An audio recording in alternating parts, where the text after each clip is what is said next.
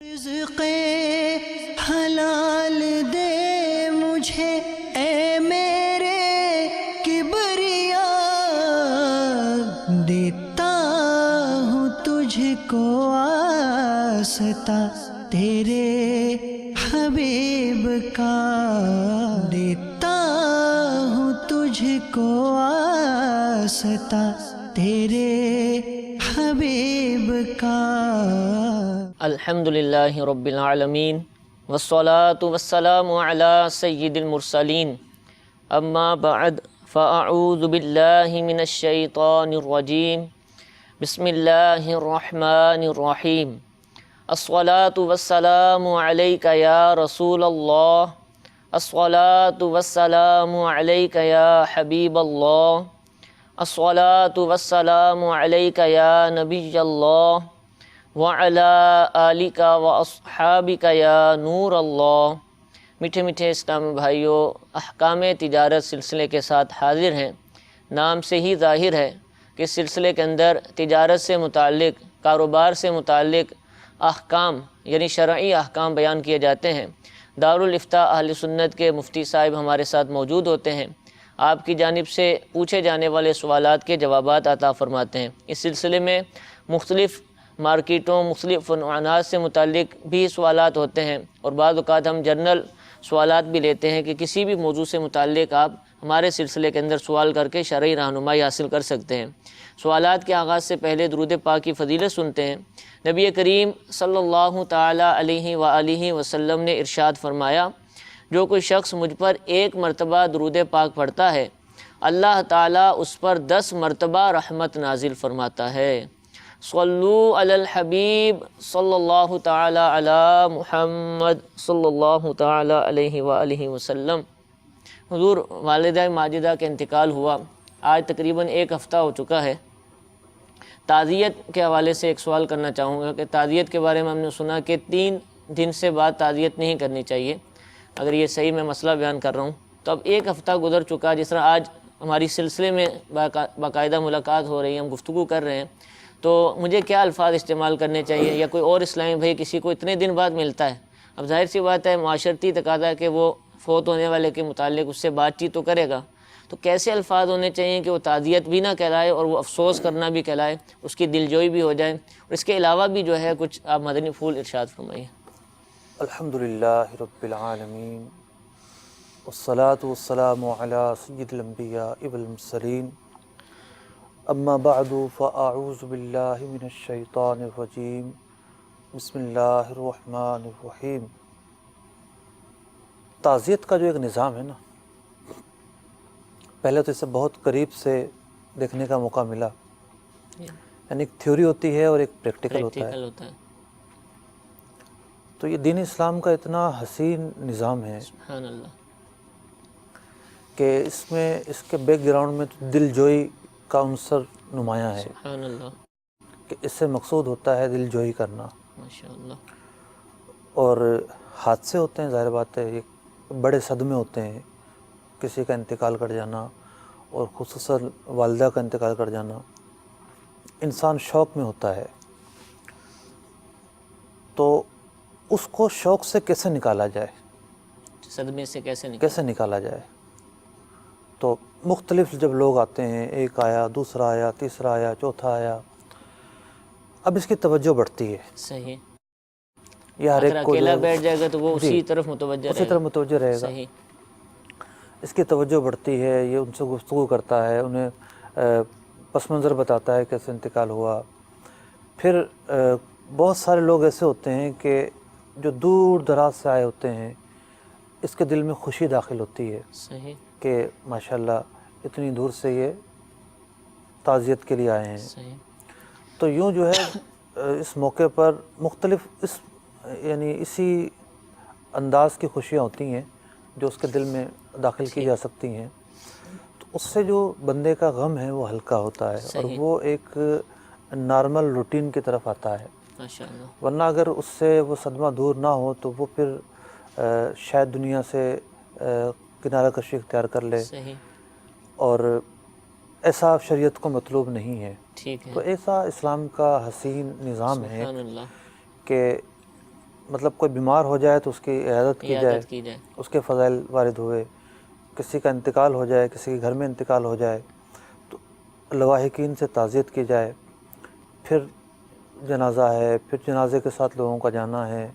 تو یہ اس طرح جو ہے وہ کسی کے غم میں شرکت کرنا گویا کہ اس کے مطلب کہ صدمے کو شیئر کرنا ہے، اس کے غم کو اپنا غم سمجھا جاتا ہے، اور اس طرح جو ہے وہ لواحقین کو راحت پہنچتی ہے. ماشاءاللہ. پھر جس طرح دعوت اسلامی کے مدنی ماحول کی برکتوں سے جس وسیع پیمانے پر انہیں ایصال ثواب کیا گیا، ماشاءاللہ. یعنی بالخصوص دعوت اسلامی سے وابستہ مدارس کے اندر، جامعات کے اندر، اس کے علاوہ بھی جو مختلف طریقوں سے کیا گیا، تو وہ یقیناً ایک اس کی توقع نہیں تھی. صحیح. گمان میں بھی نہیں تھا کہ مرحومہ کو اتنا بڑا ایصال ثواب پہنچے گا. ماشاءاللہ. تو اس کی وجہ سے بھی نہ صرف میرے دل میں ایک روحانی خوشی محسوس سبحان ہوئی، اللہ، بلکہ میرے جو لواحقین ہیں ان کے دل میں بھی ایک روحانی خوشی محسوس ہوئی ہے. ماشاءاللہ. اور یقیناً یہ ان کا ایک اعزاز ہے کہ اس ماحول کی برکت سے جو ایک محبت ہے، خاص طور پر دین کی جو محبت ہے اور علم کی جو محبت ہے لوگوں کے دلوں میں، اس کے تعلق سے انہیں ایک بڑی تعداد میں ایصال ثواب کیا گیا. اللہ تبارک و تعالیٰ ان لوگوں کی اعمال کو قبول فرمائے. آپ کا سوال جہاں تک تھا، اصل میں تعزیت جو ہے وہ سوگ کا نام ہے. سوگ. سوگ ٹھیک ہے.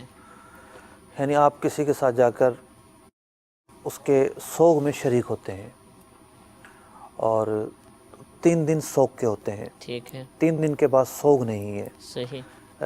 جیسے ہمارے ہاں ایک معمول ہے کہ جناب ان 3 دنوں میں بھی کھانے کا اہتمام کیا جاتا ہے، دعوت عام ہوتی ہے لوگوں کے لیے، جیسے سوئم پر ہوتی ہے. جی جی. تو اس سے شریعت مطہرہ نے منع فرمایا ہے، صحیح. کیونکہ یہ دعوت کا موقع نہیں، اس لیے کہ یہ سوگ کا موقع ہے، ٹھیک ہے. اور سوگ کے موقع پر دعوت نہیں ہوتی. صحیح. تو یہ 3 دن سوگ کے ہیں، اس لیے جو ہے وہ تعزیت کی اہمیت انہی دنوں کے لیے بیان کی گئی ہے، اور یہ بیان کیا گیا کہ 3 دن کے بعد تعزیت نہ کی جائے. صحیح. لیکن جب کوئی مسلمان مطلب کہ ایک بڑا ہلکا احباب ہوتا ہے، ہر شخص اپروچ نہیں کر سکتا فون کے ذریعے، اور بہت سارے لوگ سمجھدار ہوتے ہیں، ٹھیک ہے. وہ فوری طور پر فون بھی نہیں کرتے صحیح. کہ بندہ ویسے پریشانی میں ہوتا ہے. جیسے وہ جہاں بھی کوئی گیا ہے اور اسے کوئی ملا ہے تو وہ ظاہر بات ہے افسوس تو کرے گا نا. جی جی. تو افسوس کرنا منع نہیں ہے. ٹھیک ہے. ایک ہے چل کے اس کے گھر جانا اور جا کے تعزیت کرنا، یہ ایک باضابطہ تعزیت ہے، ایسا کہتے ہیں دعا کرنے جا رہے ہیں. دعا کرنے جا رہے ہیں. باقی جو دعا ہے، کوئی کسی بھی وقت ملا ہے، صحیح. بیٹھے اور دعا کر دی، تو یہ اس ممنوع کام میں داخل نہیں ہے. ٹھیک ہے. اس کی اجازت تو ہوگی. ٹھیک ہے. تو اس میں حضور یہ تو ہے نا کہ ایام وفات قریب قریب ہیں. اب جس طرح ہمارے علاقوں میں تو دیکھا ہوگا، شاید آپ بھی معلومات ہوں گی کہ عید آئی، جیسا پہلی عید آئی کہ ان کی والدہ کی آج پہلی عید ہے، تو باقاعدہ لوگ جائیں گے اس گھر کے اندر، اور وہ لوگ بھی کپڑے نہیں سلوائیں گے، خوشیاں نہیں منائیں گے، اور دوسرے لوگ بھی ان کے گھر جا رہے ہیں کہ آج پہلی عید ہے انتقال کی، تو جا کر دعا کر آتے ہیں. تو کیا یہ بھی تعزیت کہلائے گی، ایصال ثواب کہلائے گا، کیا یہ کہلائے گا؟ تعزیت ہی کہلائے گی. ٹھیک ہے. اور سوگ 3 دن ہے. ٹھیک ہے. 3 دن کے بعد جو ہے وہ زندگی کو معمول پر لانا ضروری ہے. صحیح. اور جو بھی سوگ کی وجہ سے جن چیزوں سے بچا جاتا ہے، ان چیزوں سے نہیں بچا جائے گا، صحیح. سوائے یہ کہ جو بیوہ ہے ٹھیک ہے. اس کا سوگ 4 مہینے 10 دن ہے، ٹھیک ہے. اس کا سوگ لمبا ہے، یعنی وہ عدت گزارے گی. عدت گزارے گی، اور وہ سوگ کے اس کے احکام ہیں. لیکن جو بقیہ لوگ ہیں وہ پہلے عید پر نئے کپڑے نہ سلائیں یہ سمجھ کے کہ جی ہمارے یہاں تو فوتی ہوئی تھی کچھ ایام پہلے یا کچھ ماہ پہلے، تو یہ کرنا ان کا غیر شرعی عمل ہے. ٹھیک ہے. شریعت مطہرہ اس کی اجازت نہیں دیتی. سبحان اللہ. ماشاء اللہ. اللہ تعالیٰ مفتی صاحب کی والدہ کو غریق رحمت فرمائے، آپ کے درجات کو مزید بلند فرمائے. حضور موضوع سے متعلق، تجارت سے متعلق سوالات کی طرف بڑھتے ہیں. پچھلے 2 ہفتے ہم نے فرنیچر مارکیٹ سے متعلق سوالات اپنے سلسلے میں شامل کیے تھے. اسی سے متعلق اور بھی بہت ساری باتیں ہیں. حضور 2 طرح سے فرنیچر بنایا جاتا ہے عموماً. ایک تو ہوتا ہے خالص لکڑی کا، اور وہ تو اب بہت کم ہو گیا، صوفہ وغیرہ بن جائے گا یا کچھ حصہ لکڑی کا استعمال ہوگا. اور کچھ فرنیچر جیسے الماریاں وغیرہ ہیں، شوکیس وغیرہ اس طرح کی چیزیں وارڈروب شیٹس کے ساتھ بنتی ہیں، مصنوعی طور پر لکڑی کو تیار کیا جاتا ہے، ان لکڑی کا ہی اس کے اندر مٹیریل ہوتا ہے، لیکن وہ لکڑی کے تختے بنائے بہت سارے آئٹم آ گئے نا اس میں، تو بہت آئٹم آ گئے. ٹھیک ہے. تو اب حضور تیار ہونے کے بعد تو اب بعض دفعہ پالش کرنی پڑتی ہے، بعض دفعہ فارمیکا ٹائپ کوئی چیز لگی ہوتی ہے، تو وہ بہت ساری چیزیں جن میں پالش نہیں ہوتی ہے، پالش کرنی پڑتی ہے. فارمیکے والی میں تو پتہ ہے کہ یہ فلاں شیٹ ہے، فلاں نسل سے تعلق رکھتی ہے، لیکن جو فارمیکے سے ہٹ کر جو شیٹس ہیں جن میں پالش کرنی پڑتی ہے اور پنجاب میں عموماً یہ استعمال کی جاتی ہیں، ان میں فرق محسوس نہیں ہوتا. ایک کو چپ بورڈ کہتے ہیں، ایک کو ون بورڈ کہتے ہیں. تو اب ون بورڈ اچھی نسل کی ہوتی ہے، چپ بورڈ جو ہے وہ کمزور نسل کی ہوتی ہے. پالش کے بعد جو ہے اگر اچھا کاریگر ہے تو وہ دونوں کو ایک کر دیتا ہے. تو عموماً جو استعمال ہوتا ہے اس کی بجائے وہ دوسری استعمال کر دی جائے چپ بورڈ. پالش میں جو اس کی فنیشنگ میں وہی چیز دکھا دی جائے جو عام طور پر ہوتی ہے. کیا یہ طریقہ صحیح ہوگا؟ اصل میں کچھ چیزیں دین اسلام کی اتنی واضح ہیں، کچھ اصول ہیں کہ پوری کی پوری تجارت کو جو محیط ہیں، اور تجارت کا شاید ہی کوئی گوشہ ہو، مطلب کیا فرنیچر مارکیٹ، تو کیا سونار مارکیٹ، تو کیا کوئی اور مارکیٹ، جیسے ایک اصول ہے دھوکہ نہ دینا. ٹھیک ہے. تو اب کوئی شخص اگر چھپائے گا تو کس مقصد کے لیے چھپائے گا؟ ٹھیک ہے. یا تو یہ ہے کہ وہ ایسے پالش اس لیے کرے گا اچھی کہ اس چیز میں خوبصورتی پیدا ہو، نکھار پیدا ہو، یا اس کا یہ مقصد ہوگا کہ اس کی جو ہے وہ شکل و صورت بدل جائے اور اسے دوسری چیز کہہ کر بیچا جا سکے. ٹھیک ہے. جیسا کہ بہت سارے لوگ جو ہیں وہ کھوپرے کے اندر آٹا ملا دیتے ہیں، کھوپرے میں آٹا، کھوپرا بیچتے پسے ہوئے کھوپرے میں اچھا آٹا ملا ٹھیک دیتے ہیں، برادے کو رنگ چڑھا کر پتی میں ڈال دیتے ہیں. ٹھیک ہے. بہت سارے اس طرح کے کام کرتے ہیں. تو ان لوگوں کا مقصود ہے دھوکہ دینا. ٹھیک ہے. تو اب جو دھوکہ ہے یہ ایک ایسا وصف ہے، یعنی ایک ایسا رذیل اور گھٹیا کام ہے کہ شریعت مطہرہ کی تعلیمات یہ کہتی ہیں کسی کافر کو بھی دھوکہ دینا جائز نہیں ہے. کافر کو بھی دھوکہ نہیں دے سکتے. جی ہاں.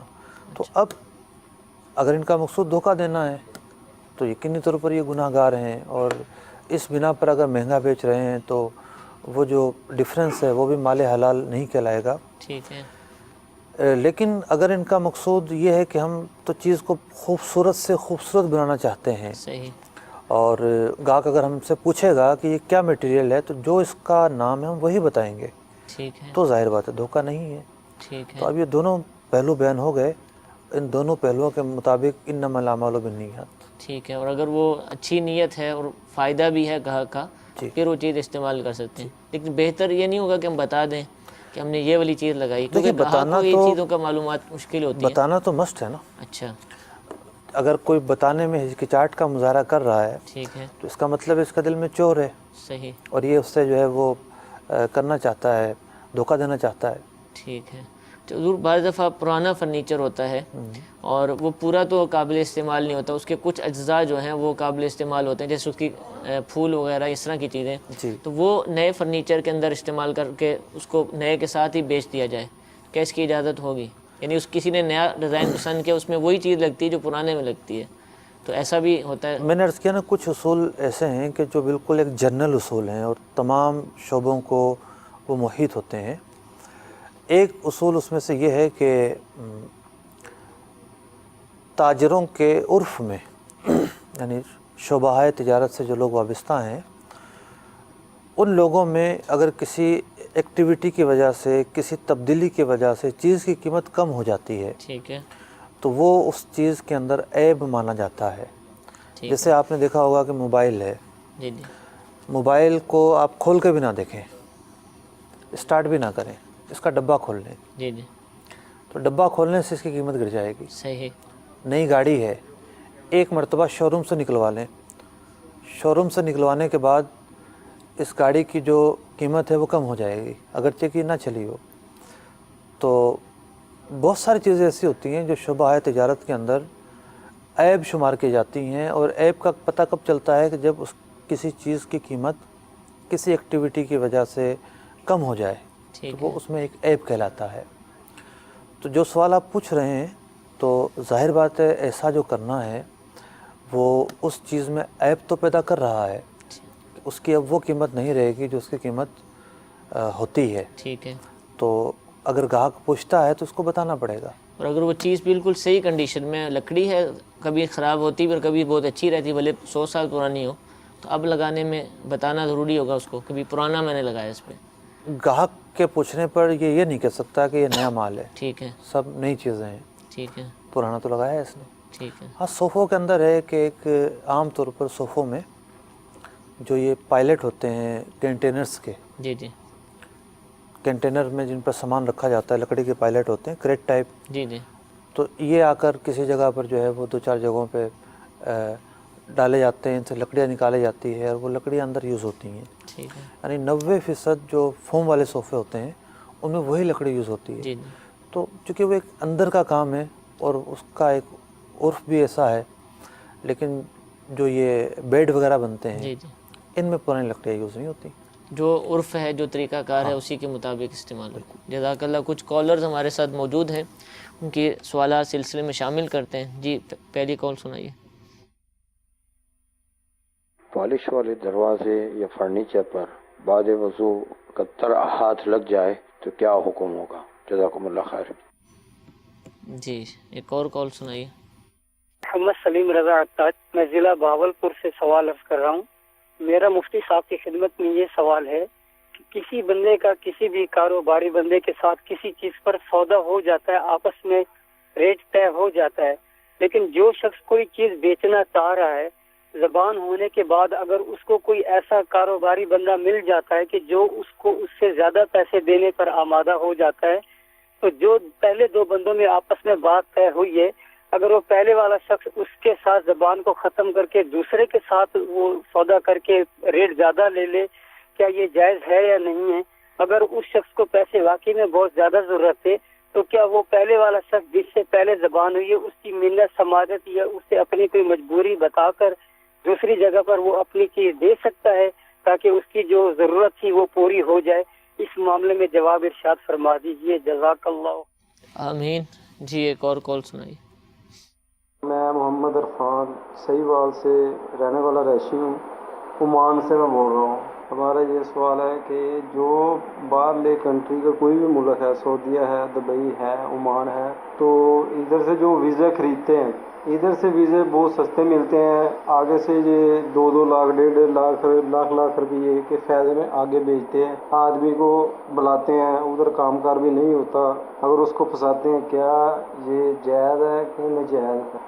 میں نے اپنے رشتہ دار سے ویزا لیا تھا, لیکن اس نے میرے ساتھ بہت زیادہ جھوٹ بولا, میرے کو شہر کا بتا کر میرے کو ایک پنڈ میں ادھر لا کر ڈال دیا. ہاں ادھر کام کار بھی نہیں ہے اتنا. کیا یہ جائز ہے کہ نہیں جائز؟ جی ضرور عرض کرتے ہیں. پالش سے متعلق سوال, غالباً کہ پالش ابھی کچی ہے اور سوکھی نہیں, اس پر کسی کا ہاتھ لگ جائے تو اس کا حکم, اسپرٹ وغیرہ اس کے اندر موجود ہاں ہے. اب اس میں 2 احتمال ہیں. یہ جو پوچھنا چاہ رہے ہیں یا تو پاکی اور ناپاکی کے تعلق جی جی. سے پوچھنا چاہتے ہیں. تو پالش کے اندر اسپرٹ ڈالی جاتی ہے, آئل پینٹ کے اندر بھی اسپرٹ ڈالی جاتی ہے, مٹی کا تیل اس میں ڈلتا ہے. مٹی کا تیل بھی ڈالا جاتا ہے, اسپرٹ بھی شامل جی. ہوتی ہے. تو اسپرٹ جو ہے وہ الکوہل, ایک طرح سے الکوہل ٹھیک ہوتی ہے.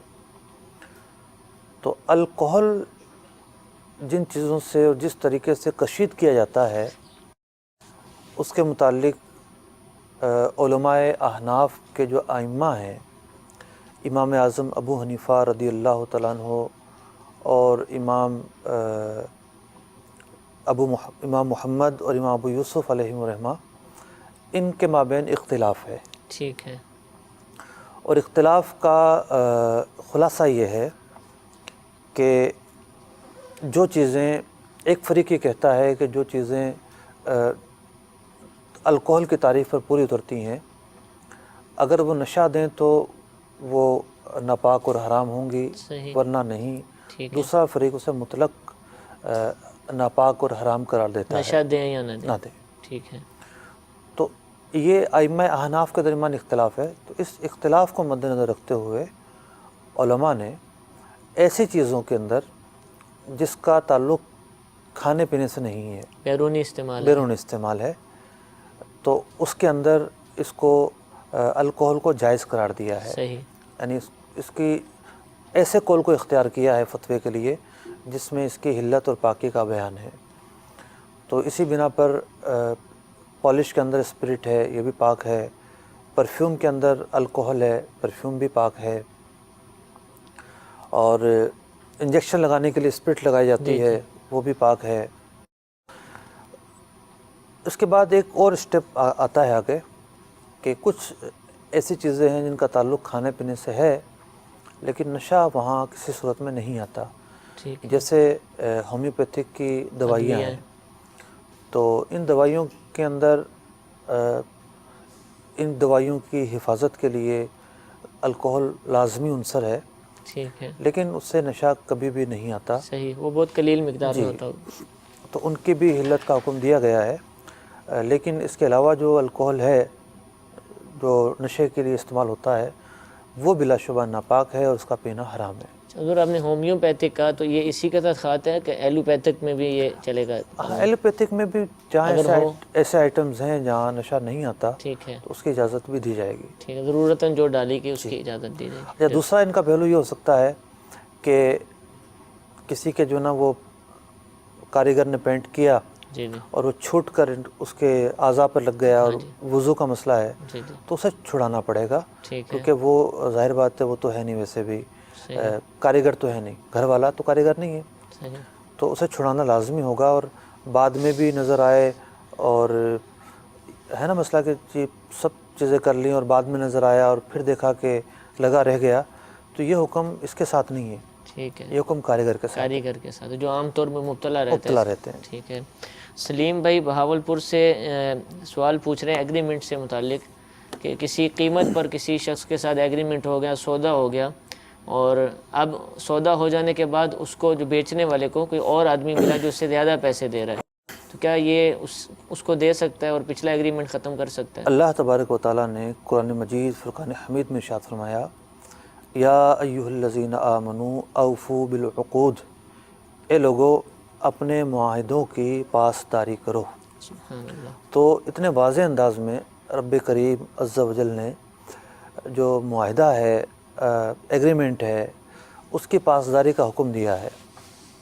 تو لازمی ہے کہ جو معاہدہ ہو جائے اس کے بعد باہم رضامندی کے بغیر ایک طرفہ فسخ نہیں کر سکتے، ٹھیک ہے، ایک طرفہ نہیں توڑ سکتے. ایک نظام ہے، صحیح، ایک نظام ہے اور اس نظام کو سمجھنے کی ضرورت ہے.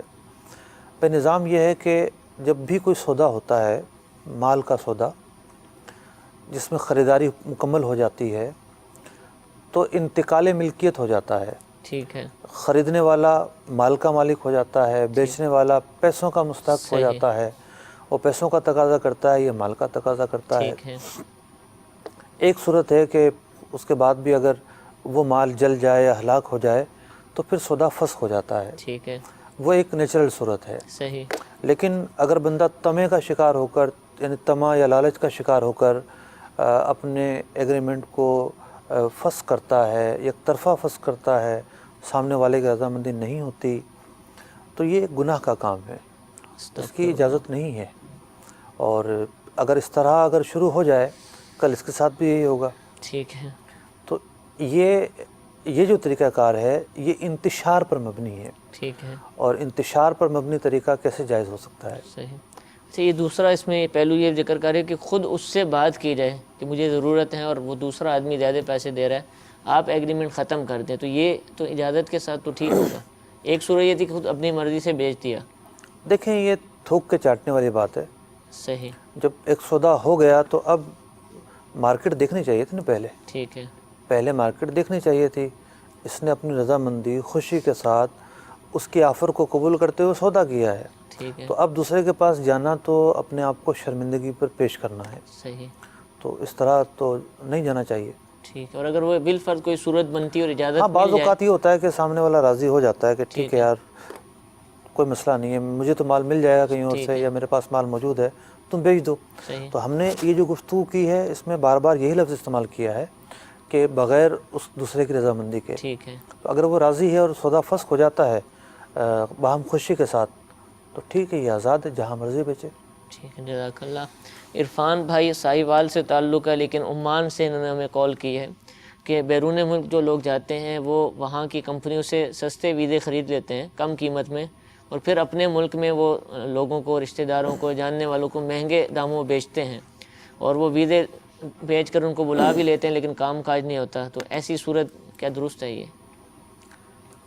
دیکھیے ہمارے ملک کا ایک بڑا حصہ یعنی لاکھوں کی تعداد میں لوگ بیرون ممالک گئے ہوئے ہیں، اور بالخصوص جو عرب ممالک ہیں وہاں ویزوں کا ایک بالکل مختلف نظام ہے دیگر ممالک کے مقابلے میں. تو ہمارے لوگ باہر جانے کی دھن میں حلال حرام، جائز ناجائز یہ باتیں بھول جاتے ہیں. صحیح.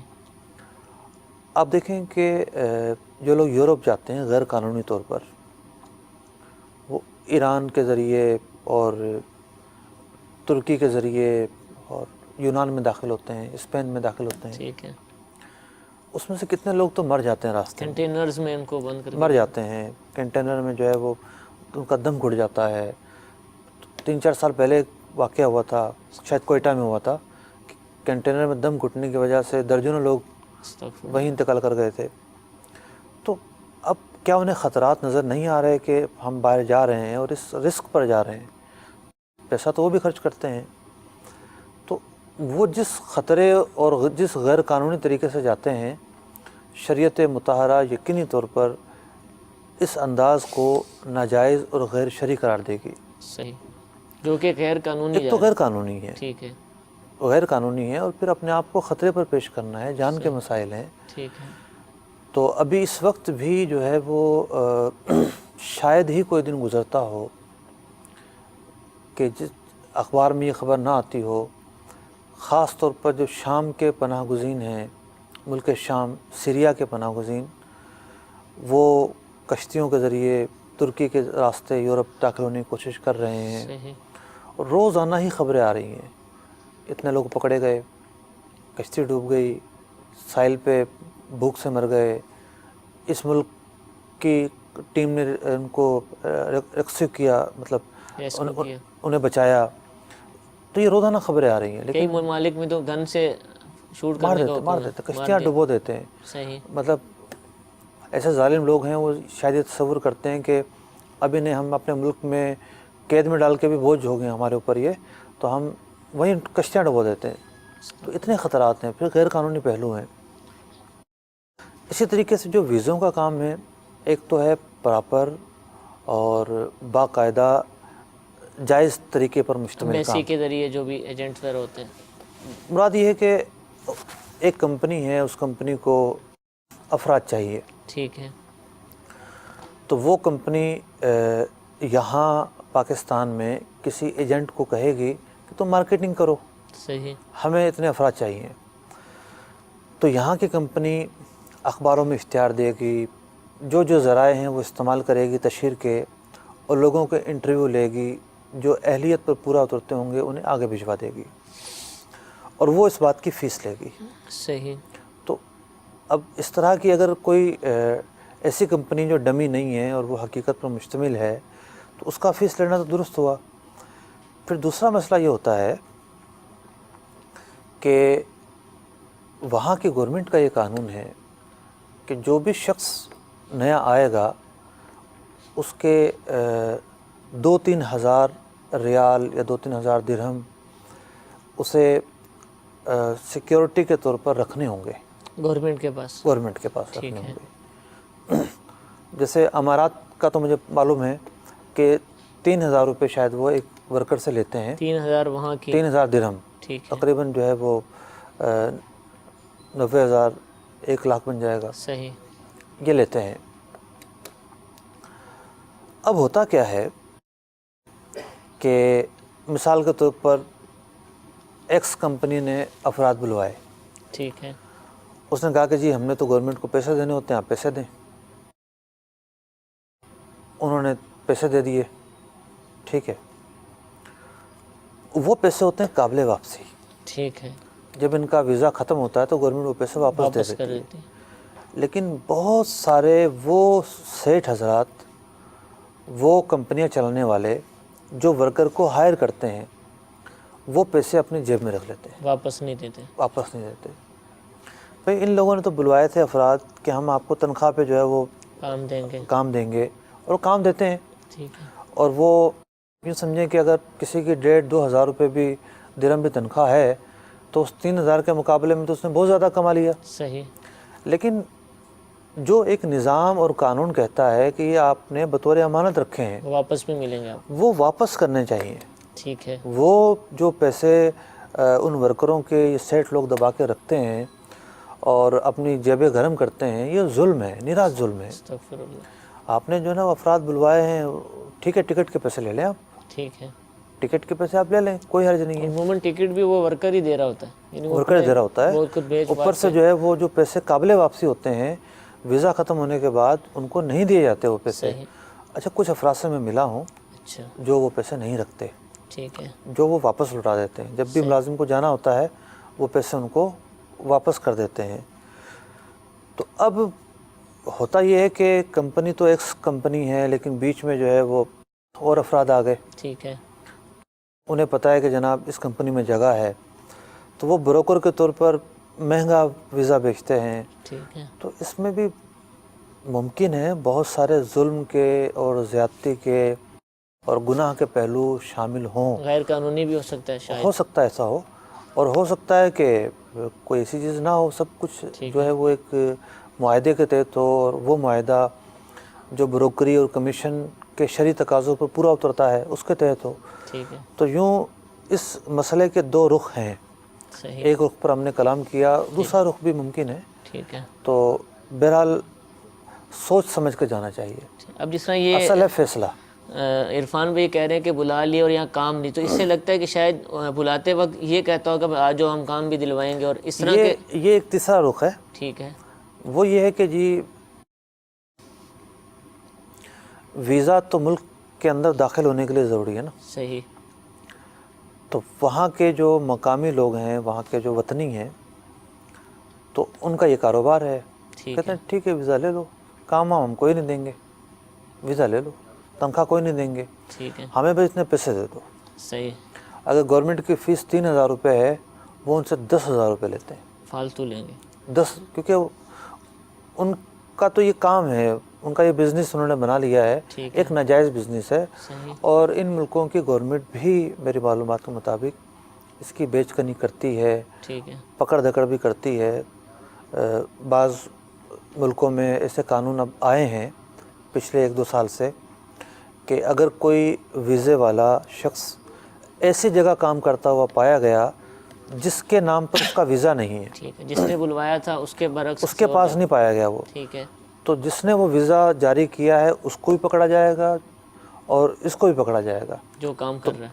مطلب بعض ممالک میں اس پر ابھی آ کر 1-2 سال میں پہلے سے یہ کام شروع ہوا ہے, سختی شروع ہوئی ہے, ورنہ اس سے پہلے تو لوٹ مار جاری تھی. اور لوگوں پر لوگ بہت مظلوم تھے. مجھے ایک صاحب ملے, کہنے لگے کہ میں نے ان سے کہا یار آپ اتنی اچھی عربی کیسے بول رہے ہیں, بہت شاندار عربی, ماشاءاللہ. اور وہ جو مقامی عربی ہوتی ہے, عامی عربی اسے کہتے ہیں, یہ جو کتابوں کی عربی اس سے ہٹ کر وہ عربی ہوتی ہے. ٹھیک ہے. انہوں نے جامعہ میں 3-4 درجے پڑھے ہوئے تھے, تو پک کرنا ان کے لیے زیادہ آسان تھا, لیکن جس مطلب جاندار طریقے سے وہ عربی بول رہے تھے مجھے بڑا حیران کیا. مقامی عربی اور ان کے کلچر کے مطابق گفتگو کرنا قدر مشکل ہوتا ہے. کہنے لگے جب میں آیا یہاں پر تو میرے ساتھ دھوکہ ہوا, اور مجھے لے جا کے جنگل میں جو بدو لوگ ہوتے ہیں ان کے ساتھ باندھ دیا. اچھا. میں ان کے پٹھے جو ہے وہ کاٹتا تھا, ان کے جانور جو ہے وہ چارہ کاٹتا تھا, جانور جو ہے ان کو سنبھالتا تھا, کھیتی باڑی کرتا تھا, نہ مجھے نکلنے دیتے تھے وہاں سے نہ کچھ اور. ویزا کس بات کا تھا, لیکن پھنسا مجھے کہاں دیا. تو ہوش کی ضرورت ہے. صحیح. پیسوں کی چمک کے اندر جو ہے وہ جذباتی فیصلہ نہیں کرنے چاہیے. ایک دنیا کے طور پر بھی جو فائدہ اور نقصان ہے اسے مد نظر رکھنا چاہیے, اور شرعی اعتبار سے جو حلال و حرام ہے اسے بھی اپنے سامنے رکھ کر پھر فیصلے کرنے چاہیے. جزاک اللہ. جی مزید کال سلسلے میں شامل کرتے ہیں. جی سنائیے کال. سوال میرا یہ تھا کہ اس طرح تجارت کے دوران آج کل 1-2 روپے کے حساب تصور نہیں کیا جا رہا. جیسے کسی کو اگر 1000 2 روپے دینے ہیں تو 2 روپے جس کو دو پھینک دیتا ہے اور نہیں آ رہے رکھ لے. تو اس کے متعلق مجھے معلوم کرنا تھا. جیسے میرا بھی کام ہے, مطلب صحیح ہے, چھوٹا بھی نہیں ہے نہ بڑا درمیانے لیول کا ہے. جیسے اگر 10,000 2 روپے بنتا ہے, اسے 2 روپے دو تو وہ چھوڑ دیتا ہے, بولتا نہیں اس کو رکھو. اگر اسے نہ دو تو اس کے متعلق. جی ایک اور کال سنائیے. کام کی تجارت میں کوئی سوال پوچھنا تھا. سوال یہ ہے کہ میری گارمنٹس کی دکان ہے, تو اس میں یونیفارم بھی رکھا ہوا ہے. تو یونیفارم پرائیویٹ اسکول والوں نے سب نے علیحدہ علیحدہ رکھا ہوا ہے. ایک اسکول والوں نے کہا ہے کہ آپ کو ہم آرڈر دیتے ہیں یہ کہ ہمارا یونیفارم آپ رکھیں, لیکن وہ یہ کہتے ہیں کہ ہم کسی حساب سے ہمارے ساتھ کام کریں گے. تو پوچھنا یہ چاہتا ہوں کہ کوئی جو جائز طریقہ ہے وہ مجھے بتا دیا جائے تاکہ میں کوئی ایسا میرے سے کوئی غلط کام نہ ہو. جی ضرور عرض کریں گے. ایک اور کال سنائیے. جی میں ایک کمپنی میں جاب کرتا ہوں, تو اس میں ہمارا طریقہ کار یہ ہوتا ہے کہ صبح میں ایک ایز اے فورمین کام کرتا ہوں. تو اس میں یہ ہوتا ہے کہ ہم صبح جا کے بندوں کو مطلب ہمارے جو انجینئر وغیرہ ہوتے ہیں ان کی مطلب مشورے سے اپنے جو بندے ہوتے ہیں ان کو مطلب دے دے رہے یہ فلانا کام ہے آپ نے کرنا ہے, اس میں ہم آپ کو اتنا مطلب 1 گھنٹہ 2 گھنٹے ایکسٹرا اوور ٹائم بھی دیں گے. جبکہ وہ اپنا کام جو ہے تقریباً 11 سے 12 بجے تک دن کو ختم کر کے وہ چلے جاتے ہیں, اور اس میں ان کا پورا جو دن ہے ڈیلی ویج کے حساب سے وہ بھی پلس اوور ٹائم بھی ہم ان کو مطلب جو فورمین ہوتا ہے وہ لکھ دیتا ہے. تو اس کے بارے میں جاننا چاہ رہا تھا کہ کیا ایسا کرنا صحیح ہے؟ جی عرض کرتے ہیں. ضرور تجارت کے دوران جو ہے کم رقم کا حساب کتاب نہیں رہتا. 1000 2 روپے ہیں, 3 روپے تو چھوڑ دیے جاتے ہیں, وہ نہیں دیتا, بعض دفعہ یہ نہیں لیتا. تو یہ کیا دیکھیں 1 روپیہ 2 روپیہ بھی مال ہے, ٹھیک ہے, اور جتنے کا مال خریدا ہے اتنے ہی پیسے دینے پڑیں گے. ٹھیک ہے, وہ پیسے تو اس کے ذمہ باقی ہیں. یا تو یہ کہ اسے اگر ہونا تو یہ چاہیے کہ ریزگاری رکھی جائے, صحیح, اور فی زمانہ تو کام چیک پر آ گیا ہے. جی جی, مطلب کیش ڈیلیوری بہت کم ہوتی ہے بڑے سودوں کے اندر, پراپر سودوں کے اندر. شہر کے اندر لوکل جو کام ہے وہ کیش بھی ہوتا ہے, ٹھیک ہے, لیکن اس میں بھی بڑی تعداد میں لوگ چیک کا استعمال کرتے ہیں. ٹھیک ہے, وہاں تو پورے دینے ظاہر بات ہے, صحیح, لیکن جہاں ایسا ہے کہ کیش دیا جا رہا ہے اور کیش لیا جا رہا ہے تو ریزگاری کا اہتمام کیا جائے, ریزگاری رکھی جائے. ورنہ جو ہے وہ مالک سے پھر کہہ دیا جائے کہ بھئی یہ حساب بس 1 روپے چھوڑ دو یا 2 روپے چھوڑ دو, ٹھیک ہے. بس اتنے میں ہمارا فائنل. یا بعض دفعہ دکاندار کا جیسے 999 لکھا ہوتا ہے تو اب وہ 1 روپیہ واپس نہیں کرتے, 1000 ہی مراد لیتے ہیں. تو یہ ایسی صورتیں نہیں, ایسی مراد تو خود ساختہ ہے, نہیں لی جا سکتی. جتنے کا سودا طے ہوا ہے اتنے کا ہی وہ مانا جائے گا. ٹھیک ہے, 1 روپے کا معاملہ ہے تو وہ بھی دینا پڑے گا, واپس دینا پڑے گا, رکھنا نہیں چاہیے. بالکل. آسان طریقہ یہ ہے کہ مالک سے کہہ لیں بھی یار 1 روپیہ تو کھلا نہیں ہے, اگر واقعتاً نہ ہو تو یہ چلو ہمیں چھوڑ دیں آپ, ٹھیک ہے, اب ہمارا کوئی لین دین نہیں ہے. صحیح, اس طرح کے الفاظ کہے جائیں کہ براعت یا اسقاط, یعنی ٹھیک ہے اس نے یہ اپنا حق ساقط کر دیا, ٹھیک ہے, یہ واضح ہو جائے, اور یہ اس کے نمائندے سے, اس کے نوکر سے, اس کے جو وکیل سے, ان سے یہ کہنے سے بعض اوقات ناکافی ہوگا. بعض اوقات کافی ہوگا کہ بعض اوقات جو نمائندے ہوتے ہیں وہ اس بات کے بھی مختار ہوتے ہیں. ٹھیک ہے. اور اگر وہ گاہک خود ہی چھوڑ کے چلا جاتا ہے, اب اس کی کوئی بھی وجہ ہو سکتی ہے کہ وہ سمجھ رہا ہے کہ یہ چیز ہے ہی 1000 کی, یا بس ویسے ہی نہیں مانگتا, مروت میں بھی کہتا ہے چلو یار 1 2 روپیہ نہیں ہے کھلے تو چھوڑ دو, کوئی مسئلہ نہیں, ٹھیک ہے, تو کوئی جھگڑا ہی نہیں ہے, اس میں کوئی جھگڑا نہیں ہے. ٹھیک ہے, جزاک اللہ. حضور گارمنٹس کا کام کرتے ہیں, اسکولوں کی وردیاں یونیفارم بھی رکھے ہوتے ہیں مختلف اسکولز کے, تو بعض اسکول والے کہتے ہیں کہ آپ ہمارے اس کا رکھیں, لیکن شرائط لگا دیتے ہیں کہ کچھ شرائط بھی بیان کرتے ہیں. اس طریقے سے کاروبار کرنا اسکول کے ساتھ. وہ جو فرنیچر مارکیٹ کا سلسلہ تھا, جی جی, وہاں پہ گاڑی والا کیس سامنے آیا تھا, جی جی, کہ کس طریقے سے گاڑی جو ہے وہ جو گاڑی والا فرنیچر اٹھاتا ہے اس سے بھی یہ فرنیچر والے کمیشن لیتے ہیں, جی جی, جو کہ ایک ظلم کا طریقہ کار تھا. یہ مسئلہ بھی وہی ہے تقریباً. ٹھیک ہے, کہ جس بندے نے اسکول کے ارد گرد دکان کھولی ہوئی ہے تو اسکول والے اس سے کمیشن لیتے ہیں، جی جی، اور ممکن ہے اسکول والے ٹرانسپورٹر سے بھی کمیشن لیتے ہوں، گاڑیاں جو لگی ہوتی ممکن ہیں، ہے، ٹھیک ہے، لیکن مجھے اتنا پتہ ہے کہ کتابوں والوں سے یہ لیتے ہیں۔ بہت سارے لوگ دارالفتہ میں مسئلہ پوچھنے آئے ہیں۔ دیکھیں اس مسئلے کی اس کے دو رخ ہیں۔ ایک تو یہ ہے کہ اسکول والے کہتے ہیں جی ہمارے نام سے کاپی چھاپو، ٹھیک ہے، تو چونکہ ان کا سوال تھا کہ مجھے کوئی راستہ بتائیں۔ جی جی،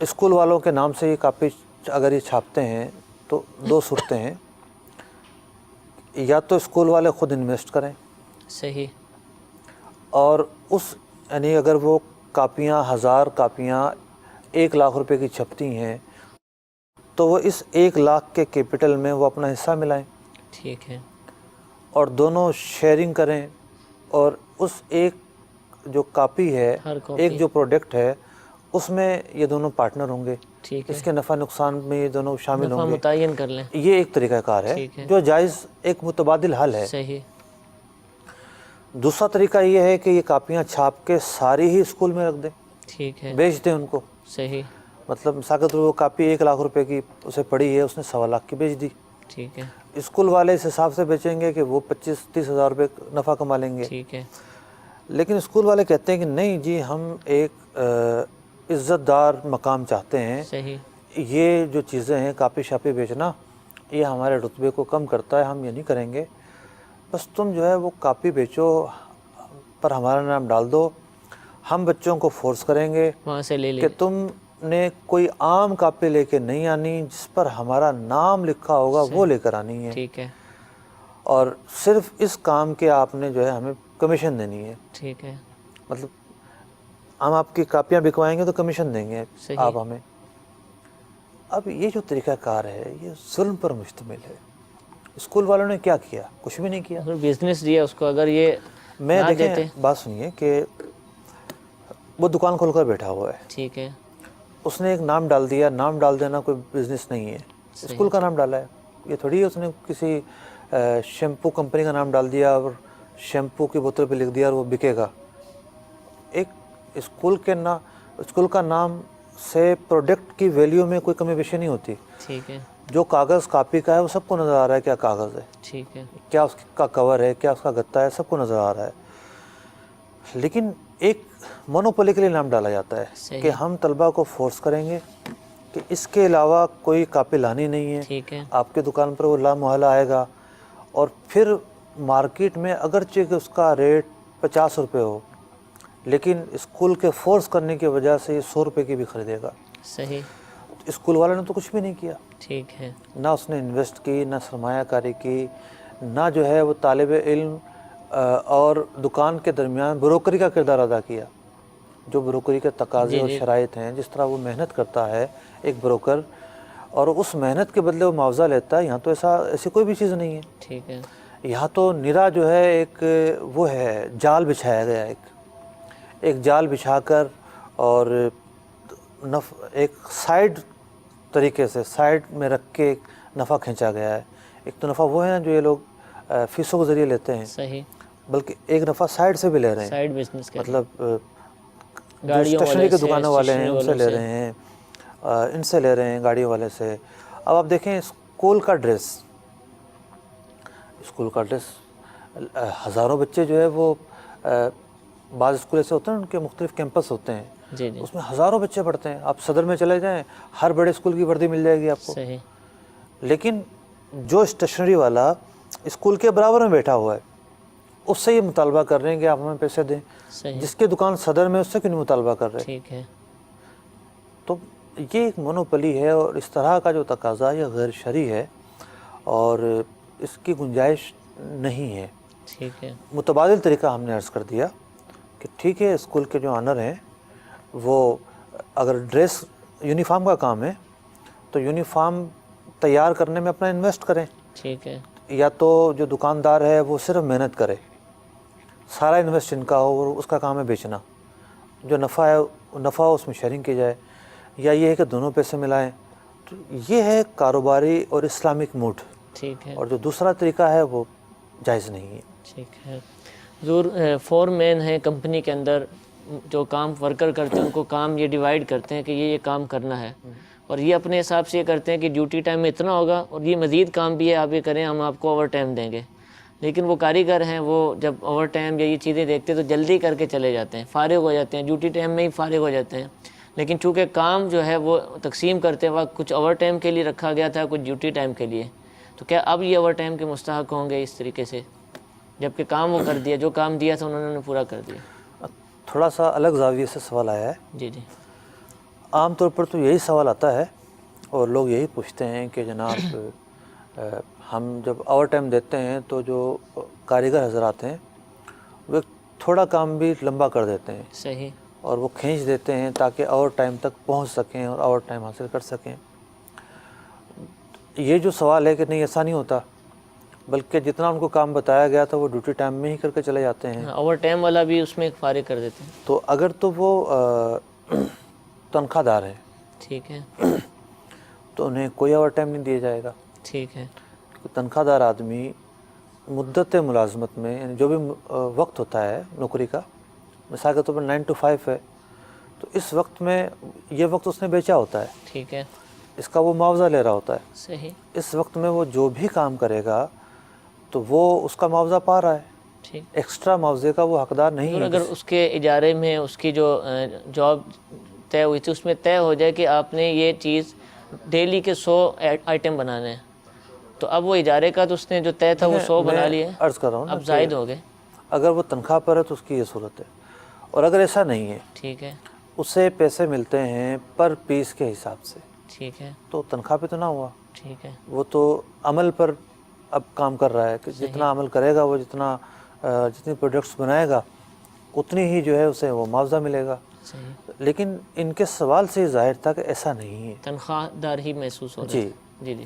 تو اگر کوئی شخص کام اپنے وقت پر ختم کر لیتا ہے ٹھیک ہے، تو اوور ٹائم لگاتا ہی نہیں ہے، صحیح. تو وہ اوور ٹائم کا حقدار نہیں ہو سکتا. جتنا مرضی کام کر لے وہ تنخواہ کا ہی حقدار ہوگا. ظاہر بات تو وہ انسان ہے اور مشین تو ہے نہیں. ٹھیک ہے، اس نے جو کام کیا ہے وہ ایک نارمل کام ہی کیا ہوگا، ٹھیک ہے، تھوڑا بہت زیادہ کر لیا ہوگا. صحیح.